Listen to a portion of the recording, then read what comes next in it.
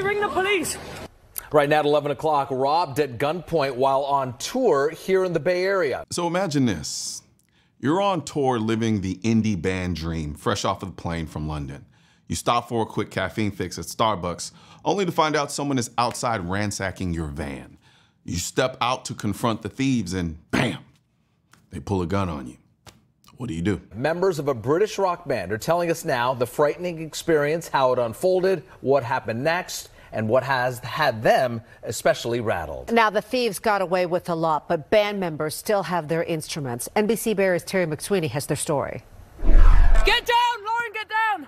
Members of the sports team rock band, just in from England hours before, stopped to get a coffee at Starbucks in Vallejo yesterday morning. That's when robbers broke into their Sprinter van. A band member and manager went out to stop them. At that point, somebody shouts that they're holding something, and then he pulled out a gun and pointed it at Lauren, our tour manager, and was sort of like waving it around at us, like to get back. So we then retreated and like ducked for cover. Ring the police, ring the police. Guys, somebody ring the police. Band members tell us as bad as the robbery was, things got worse when someone did call Vallejo police and was told to file a report online. It's not the way the situation would have been handled in their hometown of London. I understand why guns are a problem here, and I kind of understand the sort of frontier spirit that exists in America, but I do think it's got to be time to make a change. This exact scenario happened to a British rock band as they kicked off their US tour in California. And it raises the million-dollar question. Would you be within your legal right to use lethal force in this situation in California? But before we dive into the legalities, let's get real about the setup here. These people are from the UK, so I'm sure they don't live here. So they probably wouldn't even have the ability to carry a gun. Hell, California makes it hard as hell for people who live in California to carry a gun, let alone visitors. And because they didn't have a gun while they were inside the Starbucks, they were basically told by others, hey, don't even bother going out there. Just stay here, let them do what they do, and then go. Now, I want you to think about that for a second. This seems to be quite the pervasive thought process in places like the Bay Area. People are numb to the crime at this point. They've just accepted it as part of life. There are no repercussions, nothing gets done, and the criminals only get bolder. Even one of the managers for the band tried to step outside to confront them, and that's when the gun was pulled on him. But let me tell you, that's not just a problem. That's just cultural rot at that point. Now, you walk out of the Starbucks, emotions running high. Your livelihood, your stage equipment, laptops, passports, it's being stolen right in front of you. You want to stop them. I get it. This isn't just stuff. It's your ability to earn a living, your memories, and your identity. But here's where things get tricky. In California, you can't legally use lethal force just to protect property. That's a hard pill to swallow, I know, but the law sees your Nintendo Switch as replaceable, even if you don't. The real game changer here is when one of the thieves pulls a gun. Now, the stakes go from stop taking my stuff to am I going to survive this? And under California law, if you reasonably believe your life is in imminent danger, you may be justified in using lethal force, but the legality isn't the only question here, because there's a personal dilemma here, along with the legality, because you may have seen them robbing your stuff. You may have known that person had a gun on them. And you said to yourself, I got a gun on me. I'm gonna go out there, draw my gun and tell them to put and stop stealing my stuff.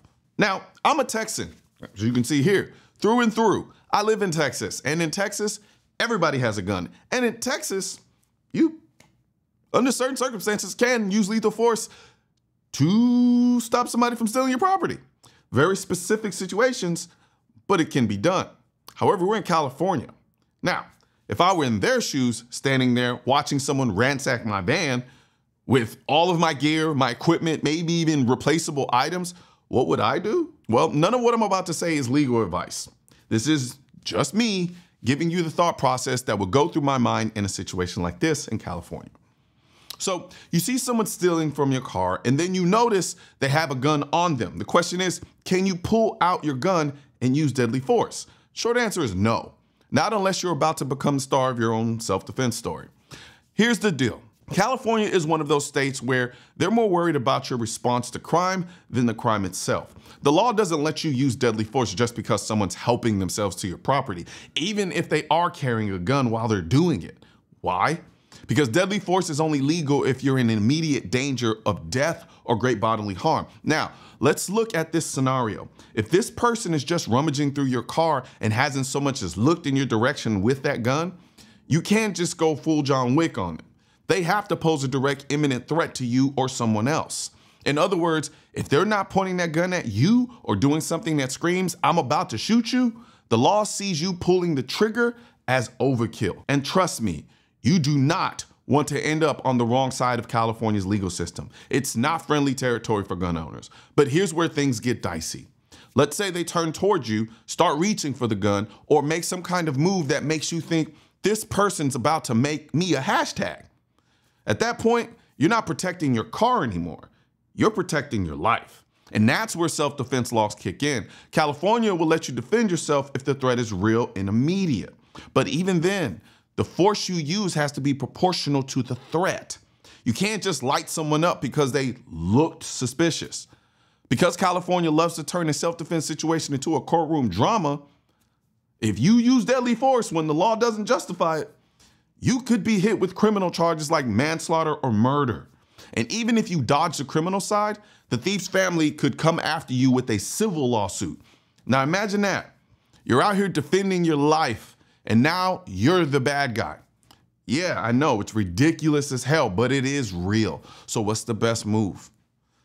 It really hurts for me to say this. It really does. I'm not gonna lie to you. Even on a personal level, it hurts for me to say this. Call the cops. Tell them there's an armed person breaking into your car. If you can do it safely, back off and document everything. License plates, descriptions, the whole 9 yards. But don't confront them unless you're absolutely forced to. You've got to play this game smarter, not harder. Bottom line, you can't use deadly force to protect your property in California. That gun on your hip, it doesn't change the fact that if they haven't threatened you, the law sees you using your firearm as an overreaction. California doesn't care that it's your car, that it's your stuff. They only care about the proportionality of your response. And this is why I always say, get some type of self-defense legal insurance.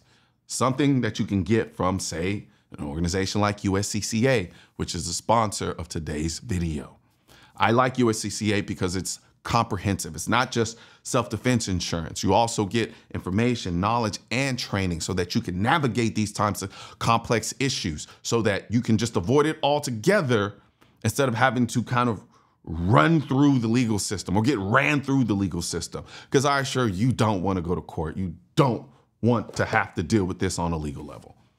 But if you do end up finding yourself in a situation like that, a membership with the USCCA can take a lot of that burden off of your chest. And you won't have to go through this alone, because I'm telling you, it's a complex maze and it is not fun. So if you carry a gun for protection, if you carry any weapon for protection, look into USCCA and get a membership there. But even if you don't, and you go with a different company, do that instead of getting nothing. Because I'm telling you, the law's not always on your side in these situations. And you don't want to roll the dice or gamble on it being.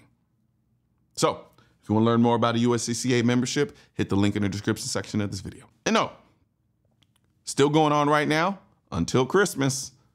Yep, shop.mrcolion.com. All of our stuff, this hoodie I'm wearing, which is in a Keep America Tactical. This is a Texas version. We also have a California version. We have all the state versions.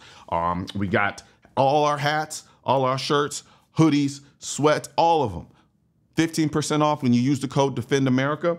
Even my favorite wireless Bluetooth in-ear hearing protection, the AKT1 blackouts that allow me to listen to music, take phone calls, all while I'm shooting and still protecting my hearing and giving me situational awareness. So hit the link in the description section of this video and take advantage of the Christmas holiday sale while it still is going on.